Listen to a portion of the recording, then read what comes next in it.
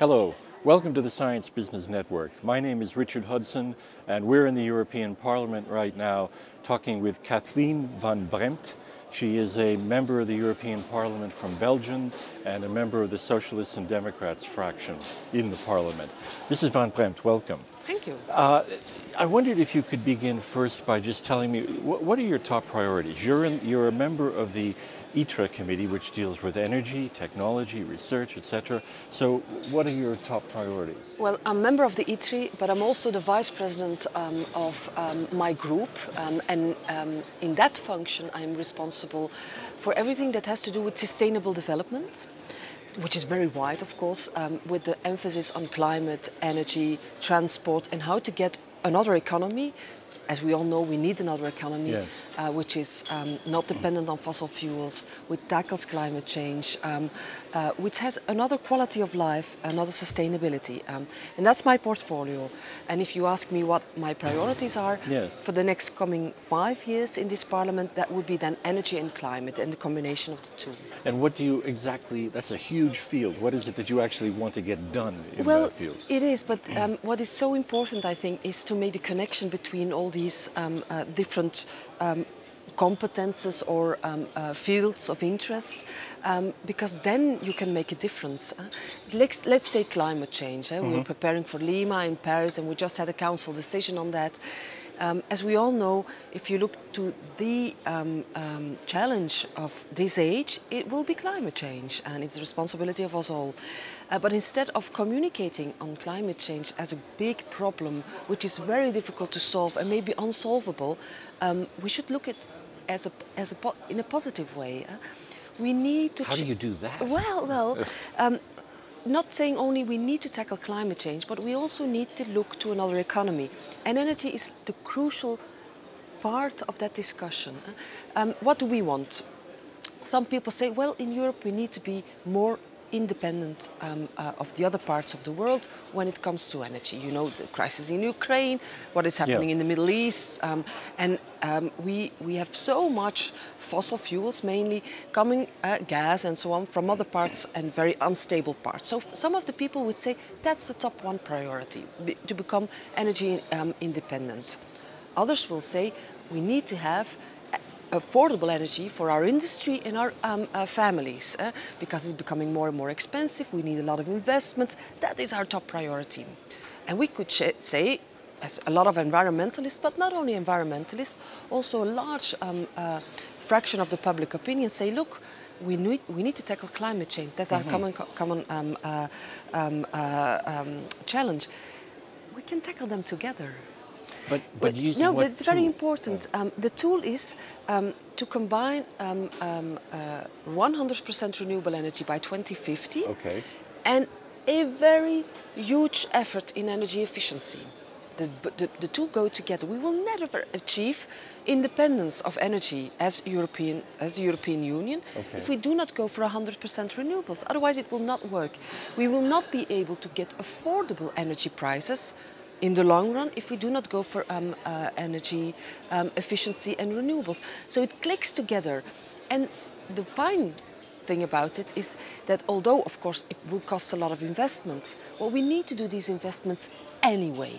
If we would choose for more fossil fuel or more nuclear energy, we need to do a lot of investments.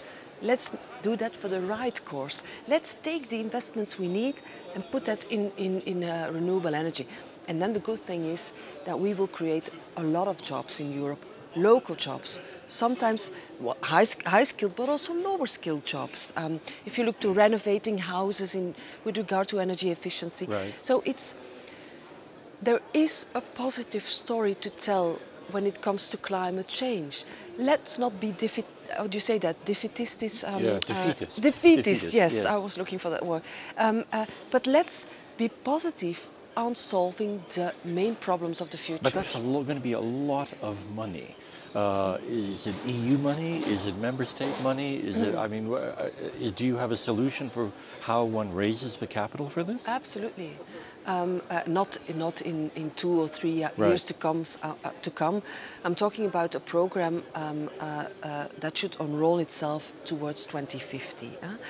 And the issue is to take the right decisions now and the next years to come. You have a new commission coming in at the moment.